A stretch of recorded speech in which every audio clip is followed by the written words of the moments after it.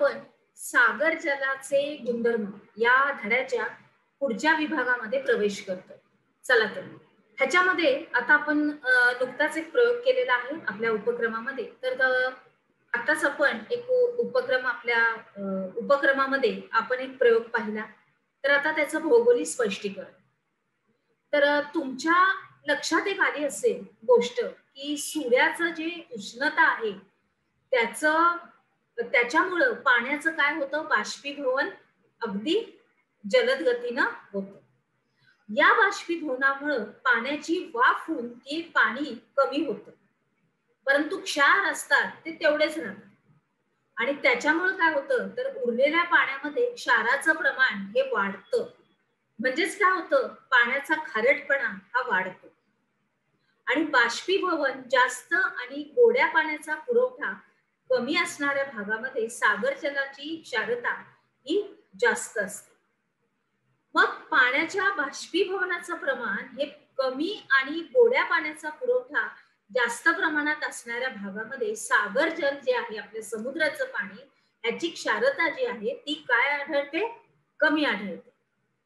मग पाण्याचं बाष्पीभवन कमी आणि गोड्या पाण्याचा पुरवठा कमी अशा भागामध्ये सागर जलाच्या क्षारतेत फारसा फरक हा पडत नाही. बरोबर. पुढे जाऊया. पृथ्वीवरील सागरातील सगळे जर क्षार एकत्र केले तर त्याचं वजन सुमारे 120 दशलक्ष टन एवढं होईल. आणि ते पृथ्वीवर जर पसरलं तर त्याचा सुमारे 150 मीटर जाडीचा थर असा निर्माण होईल. बरोबर. मग साधारणार्थ 40 मजली उंच इमारत एवढा, किती, 40 मजली जेवढी उंच इमारत असेल तेवढा. तर मग समुद्रामध्ये एवढं क्षार आणि मीठ कुठून आलं असेल बरं, कुठून येतं? तर आता पुढचं स्पष्टीकरण की सागराची क्षारता ही कशी मोजली जाते.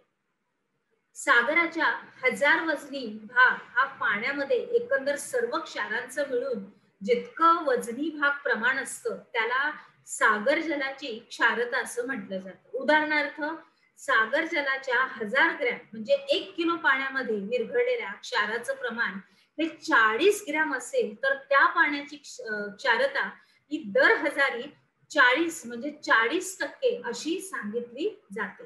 मग सागर जलाची क्षारता मोजण्यासाठी हायड्रोमीटर, रिफ्रॅक्टोमीटर आणि सॅलोमीटर इत्यादी उपकरणांचा वापर हा केला जातो. बरोबर. आले लक्षात. जाऊया पुढे. आता एक नकाशा दिला गेलेला आहे विद्यार्थी मित्रांनो तुमच्यासाठी. तर त्याला बघून काही प्रश्नांची उत्तरे द्यायची आहेत. कर्कवृत्त आणि मकर वृत्तांच्या आसपास क्षारता किती आहे? सर्वात कमी क्षारता कोणत्या प्रदेशात आहे? कोणत्या महासागरामध्ये 37% पेक्षा कमी जास्त क्षारता आढळते? आणि जागतिक स्तरावर जर क्षारतेत फरक पडण्याचे कारण काय असावे याच्याबद्दल चर्चा करायची. पुढे बघा भौगोलिक स्पष्टीकरण. तर पृथ्वीवरचं जे तापमान असतं आणि वितरणातील असमानता, गोड्या पाण्याचा पुरवठा आणि त्यातील असमानता, अशा सगळ्या गोष्टी ज्या आहेत, सगळ्या बाबी ज्या आहेत त्या सागर जलेच्या क्षारतेवर परिणाम करतात.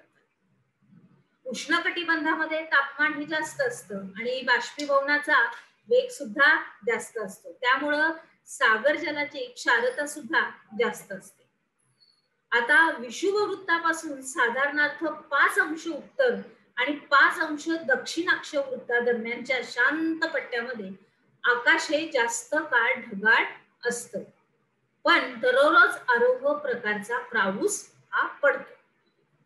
तसंच उष्ण कटिबंधातल्या कांगो आणि अमेझॉन सारख्या मोठ्या नद्या ह्या महासागराला जाऊन मिळतात. कुठे मिळतात? मोठ्या नद्या महासागराला जाऊन मिळतात. मग त्याच्यामुळे काय होतं तर गोड्या पाण्याचा पुरवठा सुद्धा जास्त होत असतो. मग परंतु अधिक जेव्हा तापमान होतं त्यावेळेस बाष्पीभवनाचा जो वेग असतो हा जास्त असतो. बरोबर. मग काय होतं, या प्रदेशामध्ये क्षारतेचं प्रमाण हे मध्यम असतं. कसं असतं? मध्यम असतं. आता आपण काय शिकलो याच्यामध्ये आपण बघणार आहोत की खोलीनुसार सागर जलाच्या तापमानामध्ये होणारा बदल तुम्ही स्पष्ट करायचा आहे. त्याच्यानंतर क्षारतेवर परिणाम करणारे घटक लिहायचे. चला तर पुढच्या विभागामध्ये आपण जाऊया.